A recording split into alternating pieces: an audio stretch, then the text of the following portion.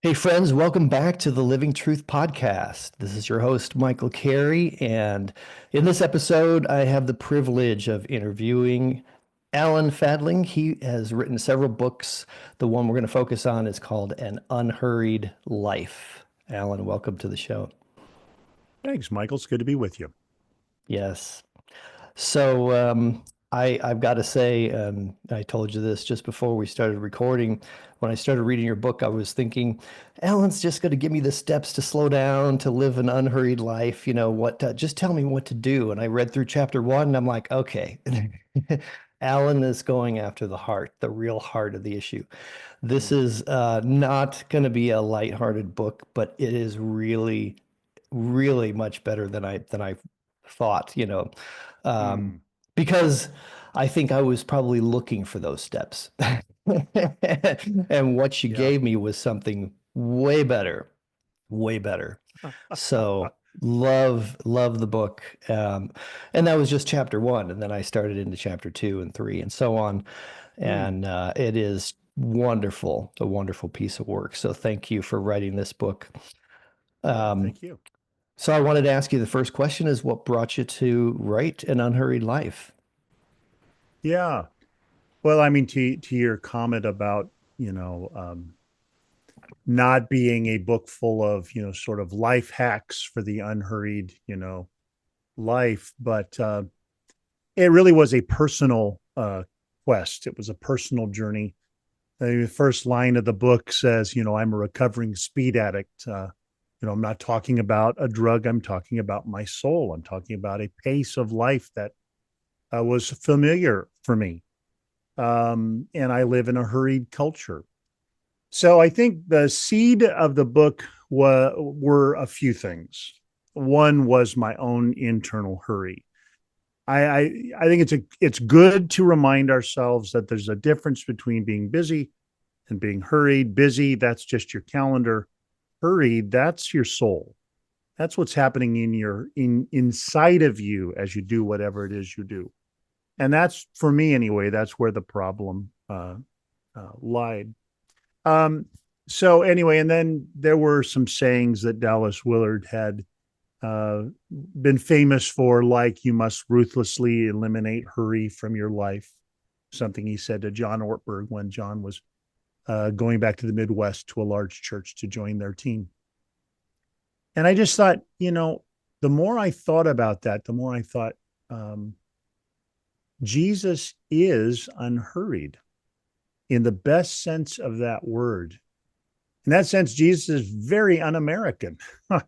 And maybe he's inviting us as, Western North American followers to his more unhurried pace. So that was some of what sort of were seeds of that project. Mhm.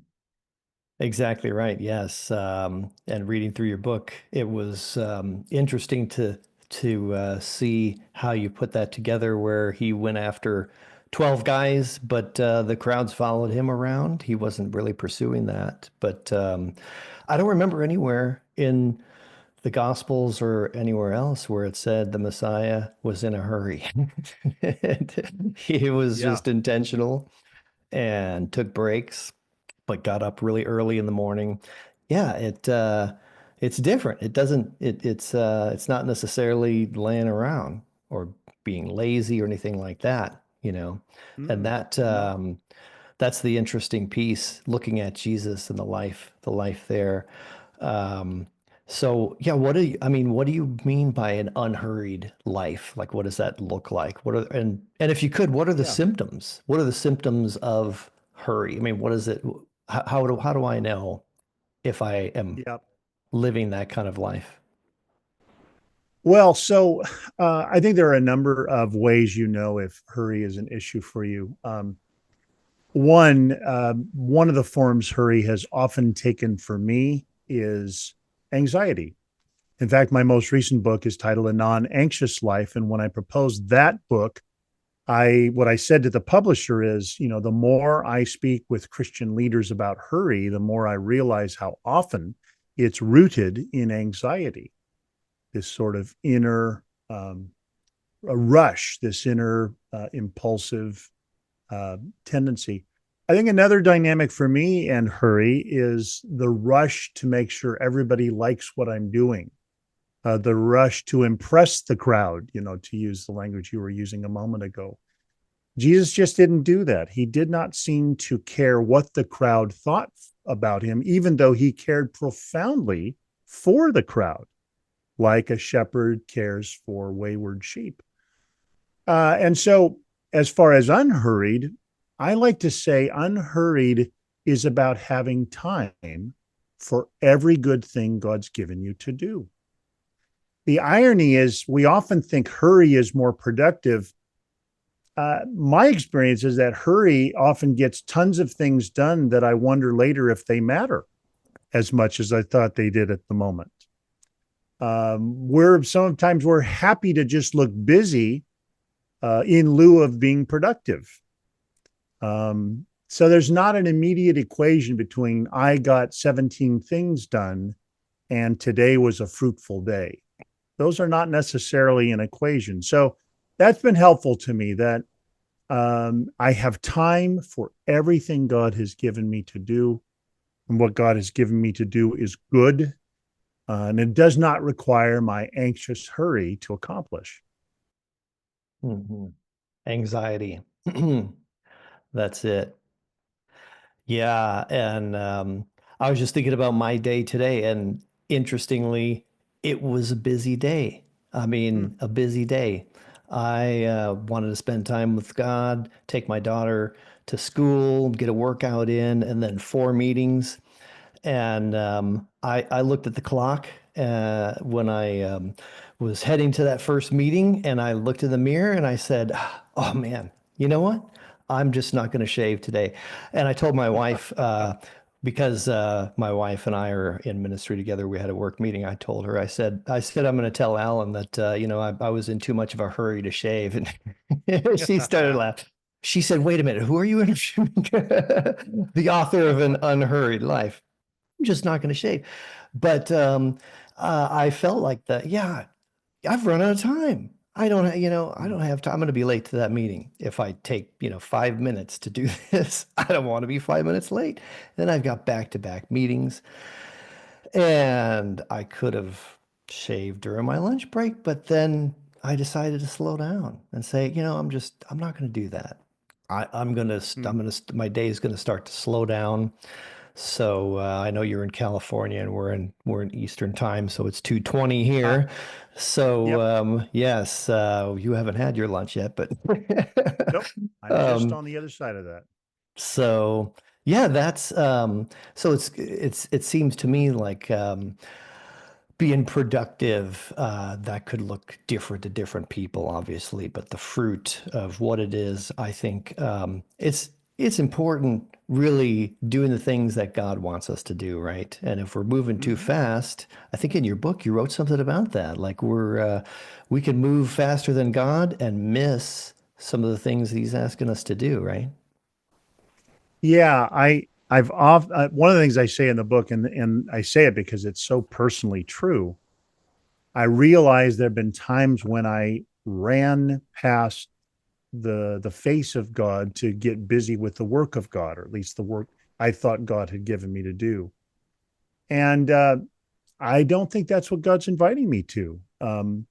The beautiful thing is that whatever our work happens to be, whether it turns out that we are paid as nonprofit or church leaders, or whether our work happens in the marketplace or in educational institutions or wherever it is, that it it is at its best when we work with God at God's pace. I just think that the pace of God is different than our typical presumed pace. I think the kingdom runs at the pace of peace more than at the pace of anxiety. It moves at the pace of presence rather than the pace of hurrying past people to get things done. There's just a lot about the kingdom where I think of it this way. If you think of the list of the fruits of the Spirit, those 9 qualities that Paul lists in Galatians, not one of them functions well in a hurry. They all they're all unhurried virtues, really. in the truest sense. So I just think um, the way the kingdom is fruitful in and through us is more patient than we think it is. Mhm. Yes, that makes so much sense. I'm glad you brought that up, the fruit of the spirit. Um, yes, you can't do that in a hurry. Peace, patience, kindness, gentleness, um, self-control is one of them too. Yeah. You can't do self-control in a hurry, interestingly. I mean, I teach guys to overcome addiction, they need to slow way down. They really need to slow down enough to be able to feel what they're feeling because they're Mm, medicating that. They need to feel and understand what's going on around them and hearing the voice of God. I mean, how does hurry, do you think, how else does it influence addictive behavior? mm. Well, I mean, I think it's that impulsive tendency. In the chapter on temptation, in the book, I talked about how when the devil tempts Jesus, those three temptations related to his wilderness fast and all of that, all three of those temptations are essentially urging Jesus to hurry it up and get what he needs. And that's what temptation always does. It's a rush to grab what God already wants to give us, or perhaps has already given us. We may actually already have what we need in Him, but temptation says, no, actually, you don't. You need to go grab something to satisfy yourself or to comfort yourself or whatever it may be. So I think there's a basic orientation, a soul orientation that temptation pushes us to, where we act compulsively rather than acting at the pace of presence. And that just, I think it's one of the engines of that addictive dynamic that's familiar for so many of us. Hmm. That makes so much sense. Yeah, for sure. And the faster that we're going, we have more of a tendency to grab for unhealthy things, right? I think so. Yes, in our culture, when I think about how does our culture contribute, you had a lot of great things to say about that in the book, and Mm. contributing to hurry and speed and all of that. Yeah. Yeah. Well, we live in a hurried culture, don't we? We're surrounded by it. One of the things I said in the book is if you look up the word fast in a dictionary, you'll get lots and lots of very positive sounding definitions. If you look up the word slow in the dictionary, they're not nearly as positive, you know. Um, and so we have a cultural bias. Fast is better, slow is worse. But, the kingdom of God is not in a hurry. God's way of measuring productivity and fruitfulness is not measured in quarterly reports. He grows oak trees, he grows sequoias, he creates glaciers. None of these things are in a hurry, and God's purposes are centuries and even millennia old. And so I think it helps us to remember that what God is wanting to do in us and through us, He is very patient in the work He wants to do. And that's what productivity requires. We tend to, the metaphors we use, maybe this is also helpful. We tend to use industrial and mechanical and technological metaphors, even to describe ourselves. And all of these are hurried realities. Jesus likes to use agricultural metaphors. Those are, by definition, far, far slower. Um, a farmer does not produce an orange so much as a farmer waters ground and tills ground and plants seeds and does all the things that indirectly result in productivity. The kingdom works that way too. And so receiving what it is that we want, what we need, what we're hungry for, what we're thirsty for, It's less going out and grabbing it. It's more being ready to receive it. Hmm. Yeah, I didn't even think of it that way, but that is so true. All the metaphors of wheat and the farmer, growing crops, seed, the vine, I'm the vine, you're the branches. I mean, it's all agriculture. We think just well, that's just because that's all that they had to refer to. Well, no, I mean they had bricks and stone and they had They a built lot of stuff. different things. Right, Yeah, right. sure. For centuries before that. I mean, the Israelites had to, they were slaves in Egypt and building things and productivity. They were beaten, worked all day long. There were other things, but he chose things that take time. That's interesting. Wow. Yeah, Wow.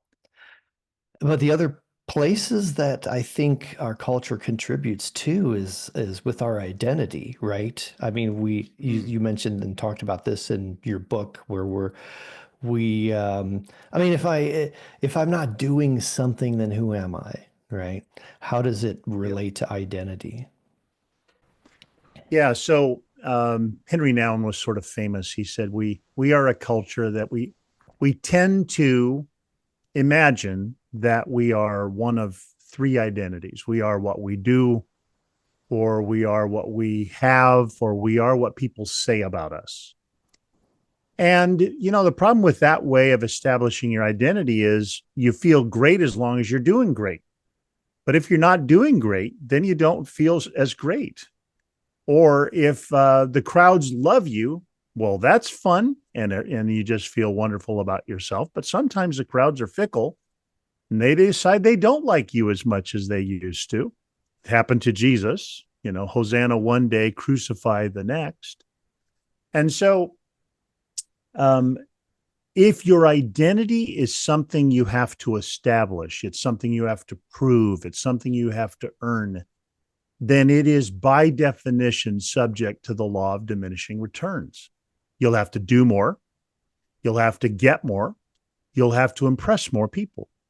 I sometimes think that the experience of midlife for some is the moment when you realize, oh, I can't do much more. I can't, getting more isn't going to make any difference. I can't impress many more people than maybe I've already attempted to do it. Like it's the moment you realize the whole system isn't really even working, that my identity was something I already had. It was a gift to receive, not a paycheck to be earned. And that will, in the best sense of the word, slow you down to the pace of the kingdom. And then you realize, oh, my identity is something I express in my work instead of something I prove in my work. Hmm. And yeah, this is a quote from your book based on that. It says, we err when we try to establish our identity through our work rather than realizing that our identity is shaped and strengthened in the place of Sabbath rest and then expressed in our work. I thought that was Yep. beautiful because it's the other way around. We work, work, work. And like you said, when we hit that wall of the law of diminishing return, then what do? Work 40 hours. Oh, now I need to add 50, 60, 70, 80, 90 hours a week. Work more hours than anyone else, harder than anyone else. Then maybe I can continue to ride that. And then what happens? Burnout, right? Yeah. No one can exist to continue to do that. Um, Unless, yes, Yeah. with addictive behavior, they do, I guess, that medicating all of that. But that was beautiful. The our identity is shaped and strengthened in the place of Sabbath rest. How does that happen? Yeah. Well, so it sounds like you're seeing that connection between the gift of rest that God gives and this sort of idea of unhurried. The subtitle of the book, of course, is Following Jesus' Rhythms of Work and Rest. And one of the things I often say is that rest is the fertile soil where good work grows. That's a very different vision of rest than our common cultural visions. You sort of hinted at this, but in our cultural vision, usually rest is defined in the negative. It's just not working.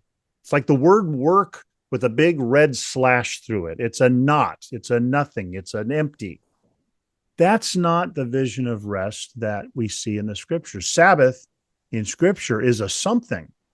It's a day of delight. It's a day of relationship. It's a day of worship.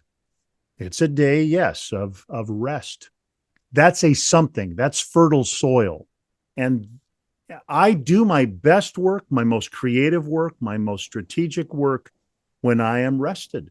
When I'm exhausted and burnt out, I'm working at 20%, maybe 30%, throwing hour after hour after hour into my efforts and producing very, very little. We just often think productivity is a math problem. More hours equals more productivity. That's just never how it's worked for me. Sometimes people will be, they'll say, "Boy, you sure get a lot done.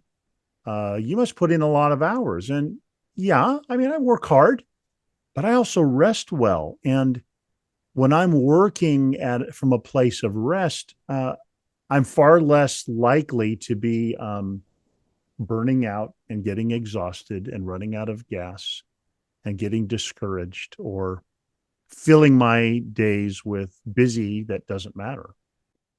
Mhm.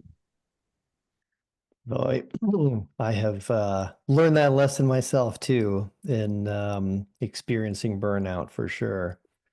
Mm. And I think, yeah, you said this in your book too.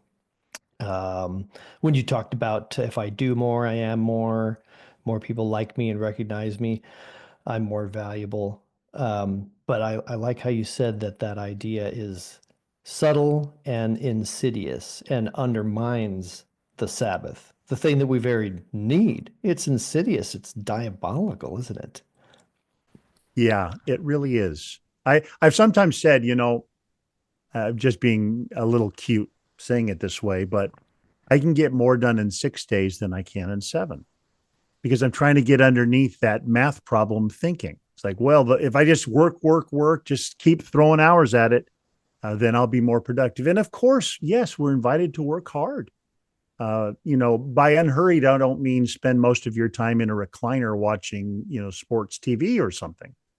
Um, but when I enter into the gift of rest, when I enjoy, maybe this is a way to say it. I think our identity is established in rest and then expressed in work. Our culture doesn't see it that way. We think we prove ourselves by all the things we do. I think we express ourselves in what we do, but we're reminded in those moments of rest that God made us. We did not make ourselves. We're not making a name for ourselves. We were given a name. And that then I go out into this world expressing all of that, giving that, being a blessing, having been blessed. Like all of that just is, it's more fruitful. It results in a better life and it results in better work. That's my Mhm. experience. Yes, and when we're experiencing that Sabbath, and if it is time with God, and some of those pieces of rest, it is a place where He gets to define me, and I learn more about who He created. Yeah, Mm-hmm. like reading the owner's manual of a car, that somebody else created. It's exactly the same. But and I love how you said Sabbath needs to be something where it's not a I can't, but things that I can't do, but more like I don't have to do. I think it was something Mm. like that in the book. When you define like what is Sabbath, what do you mean? How Yeah, do you express Sabbath? It's not necessarily a list of things that I can't do, but I don't right. have to do. I like that distinction very much. I think that's lies at the heart of the conflict that Jesus had with, the Jewish leaders, because they had a particular vision of Sabbath, and it was mostly defined in terms of, well, on Sabbath, here's the rather long list of things you are not allowed to do. Like, Jesus heals somebody on Sabbath. Well, I'm sorry, that's on the no-go list. You can't do that on Sabbath. And Jesus just sort of, looks and says, "You guys will pull an animal up out of a hole on a Sabbath to save its life, but I can't heal a person's entire body on the Sabbath." And so I like this the sense that on the Sabbath, what the Sabbath was always meant to be is a day that is not measured by you have to, you need to, you should, you ought to, but a day that you get to. I was with a group of leaders here just this last week, and the question of Sabbath came up. And what is it? And how do you do it? And how do you practice it? And one young man with young kids came up and just said, "Oh my goodness, I can't even imagine a Sabbath at this stage of life." And my suggestion was, well, let's say your Sabbath is a Saturday. I don't know, maybe it's a different day, but let's say it's a Saturday. What would you do if you had a day where there was nothing you had to do and you could just do something you wanted to do with your wife and your kids? What would that look like? And I could just see his like a reboot in his facial expressions, like, oh, like he was picturing Sabbath as well. Okay, well, I can't work, can't get anything done. What am I going to do? Sit around? I don't know. Like he couldn't see it as an invitation. It didn't feel welcoming. It felt like, well, I'm supposed to do this because, well, it's a thing to do. Instead of, no, no, no. Here's a day that you don't measure against the ruler of productivity. It's a day to measure, if you have to measure it, against the ruler of love or delight or relationship or um, satisfaction or refreshment or rest or whatever. Um, I I just think Sabbath is a rhythm of creation. It's part of how God made the world. And our lives and our work just function better when we honor that rhythm than when we disregard it. Mm. Yes. Honoring the rhythm that God created. Yeah, completely. Excuse me. Yes, and this is another quote from your book. Um, you said, "What's done now in the present moment can be done with an unhurried heart." And I love this imagery, this start that a sprinter standing in the starting blocks is both ready and relaxed at the same time. That was great. Mm-hmm. Now, you can be unhurried in the midst of a busy day. I mean, what does Yeah. that look like? Yeah. If you can remember back to, Usain Bolt, the sprinter, the Jamaican gold medalist, fastest man in the world, still the man with the fastest 100-meter time. That guy, Usain Bolt, was the most relaxed guy in the entire stadium. He was joking around and laughing, and yet he was also the fastest man in the stadium. I just think we make a mistake in thinking that we have to be tense to be able to do what God wants us to do. What I've learned is that when I'm in a hurry, there's less of me present in each moment where I am. Like if you've ever had the experience, you're having a conversation with someone and you're kind of looking at each other eye to eye, and then their gaze turns about 5 degrees. And you get this feeling, oh, they've already left. Now their body's still here, but they're already on to the next thing on their list. And I just realized when I'm in a hurry, I just live a lot of my life that way. Like a whole chunk of me is already trying to start doing the next thing, even though right this minute I'm still in this conversation. And the question I want to ask is uh, wouldn't it be better if you were completely present in each of the moments God gives you? Wouldn't that be more productive? I just think we way overestimate the impact of all the stuff we do, as good as it is. And I think we far underestimate the power of just our presence with others, Hmm. being able to be with someone, to listen, to be unhurried with them, to give them our full attention.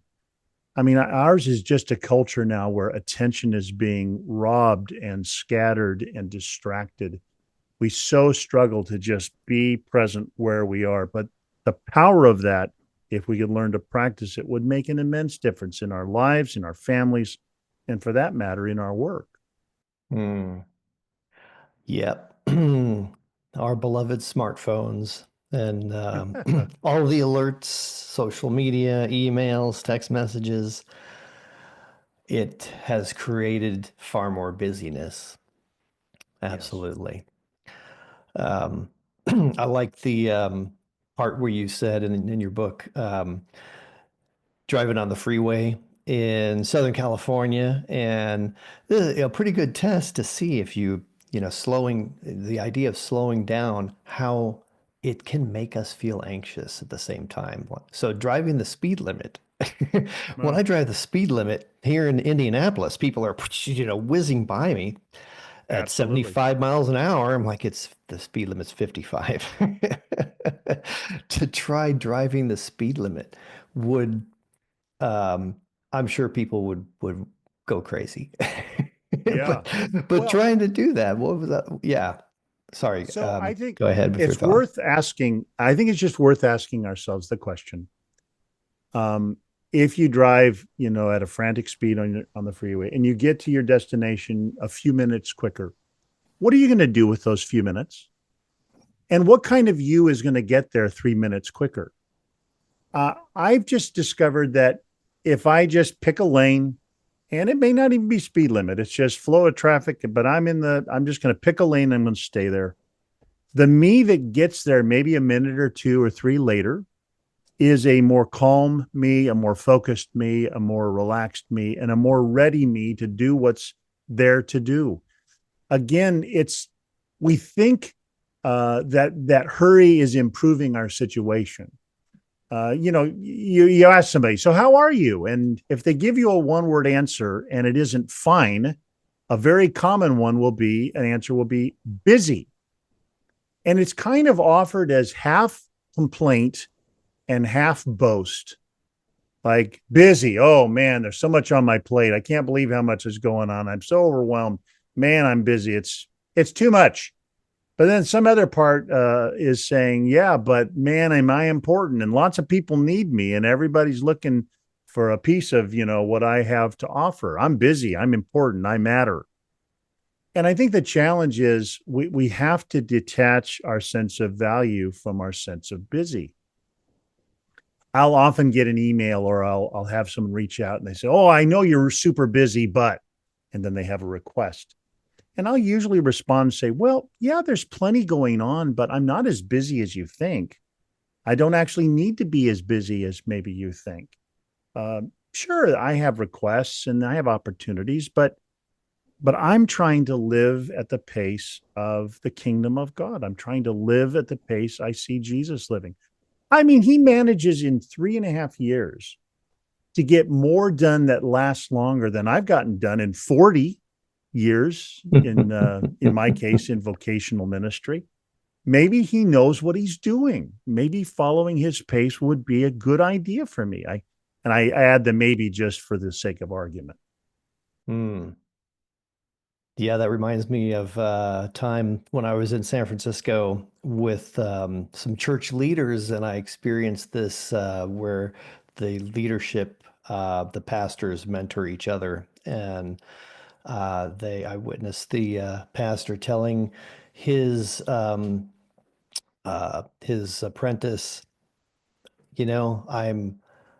I'm not too busy for you. And instead of making now, just that idea of what if we um, had that kind of love for other people rather than thinking about ourselves, I'm not too busy for Yeah. you. I felt like I want him to say that to me. Yeah. Just the idea that I'm too busy, uh, and yeah, the way that we do that so that we look important is, when we really think about it, really far unloving than we would really like to be. And at our Yeah. best, that's not the kind of person we'd really like to be. I mean, Jesus is not too hurried for Bartimaeus on the side of the road. Jesus is not too hurried for the woman at the well to have a conversation. The Samaritan in Jesus' story is not too hurried to stop and help the wounded man on the side of the road. That love just isn't in a hurry, and love is the great commandment, not productivity. Love is the essence of the world God's made, not get more stuff done. And so there's a reorientation that we're invited to, that I think is Well, the word I'm using is unhurried. Hmm. Exactly. Yeah, I was thinking of practical steps. What would some practical steps look like? And just thinking about the what I read in your book, it was interesting because I read it just before I was going to take some extended time. What were the letters you said? Extended time with God, something Oh, like a ETG. mentor of mine, yeah, a mentor of mine had a practice he called EPC, which was an acronym for Extended Personal Communion with God. And so it's what the classic spiritual discipline of solitude and silence, or you could say the practice of retreat. What I've often said is that again, we tend to measure our lives in terms of doing, and so we fill to-do lists with things to accomplish. We schedule things to do, but our lives are doing and being. A spiritual discipline, some of them are, in fact, yes, something to do. We serve or we study or whatever. But some of the spiritual disciplines are things we don't do. Fasting, we don't eat, silence, we don't talk, solitude, we're not in company. And it's these disciplines of disengagement, these disciplines where we don't do something that are more being oriented, that when we have those as a rhythm in our lives, it helps to pace us better. And so often when I'm talking with a really hurried leader and they're trying to navigate how do I come to a more sane rhythm of life, I'll just ask them, are there disciplines of disengagement God might be inviting you to practice? um, the practice of a day a month of retreat. That's been for 30 some years a critical, unhurrying practice. In those days, I calendared them. I calendared them months and months ahead. I'll still get to a day where, or a week where I look at my calendar and go, oh no, this Friday's the day I plan to be away. And I've got so much going on. I won't get everything done if I keep that day. Well, what I can say to you is I can't think of a single time where I kept my intention, I got away that day, and my work suffered. I can't think of a single occasion.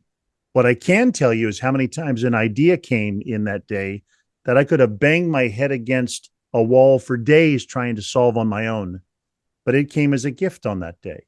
Or an insight into a challenge I was facing came in that day alone with God. So I think we underestimate how much grace God gives us in those spaces that we then bring back to our relationships and to our work that enrich what we do. Mm, absolutely. Yes, and I've been able to experience that. But I know, yes, even with time with God, we've got a stack of books that we could read, the devotions to do. We are going through the Bible in a year. We could be busy in our spiritual life as well. And I loved Yeah. what you said, and I did this. Yeah, you encouraged the reader to take the first 2 hours to do nothing, to just put your agenda aside and whatever, all of that stuff, all of the great things that you could be reading, and just spend time with God as a friend. That was beautiful. Yep. I think that's the invitation. I again, when God made us, I just don't envision a moment in heaven, Father, Son, and Spirit having a conversation saying, you know what, guys, we need more workers. That's what we need. So let's create a whole army of them. We were not made for that purpose. We were made as beloved sons and daughters. And our first day of lived creation in the story of creation is the seventh day, the day of Sabbath. God doesn't start with a work day. He starts with a rest day. He starts with a relationship day. And so I think God makes us for love. He makes us for friendship. He makes us to be in relationship. And then, yes, we then get to be a part of the family business. We get invited into what Father, Son, and Spirit are doing, but we get to do it as part of the community, part of his family, not as some task we do for him, like God is elsewhere and we're working here. Mm, that is beautiful. Absolutely. So, just in closing, could you recommend some resources? I know, of course, everyone can get a copy of your book, An Unhurried Life. You have the Unhurried Leader, I believe, as well. And Yeah. there's also some leadership coaching and different things. I believe that you have a network of coaches and people. What are some of the resources you Yeah. think people can have and take advantage of? Sure. Well, I would say, you can come and visit our website, unhurriedliving.com. You could sign up. My wife and I alternate weeks and we write an article on these themes. We do that every Wednesday. Those go out. And so a lot of people find help in that free resource. Like you, we also have for a while now had a podcast. So some of those episodes are conversations just like we're having here. We'll speak with an author writing on these sorts of themes, or we'll share a monologue of just some insights that we've been having on various facets of living and leading at the unhurried pace of Jesus. And then, as you say, there are a number of other resources on the website. Coaching, we have a training process we call PACE. It's a 21-month 5 retreat cohort integrating soul care and leadership. And we think this, if you want to lead this way and lead in the spirit of this conversation we're having, that's the most intensive opportunity that we provide. So you'll find lots of good things on the website if you come visit. Hmm. Excellent. Yes. And I think everyone needs to take advantage of that and this podcast, really. So thank you so much for being on the show, Alan. Really appreciate you taking the time to do so. Good to be with you. Thanks, Michael.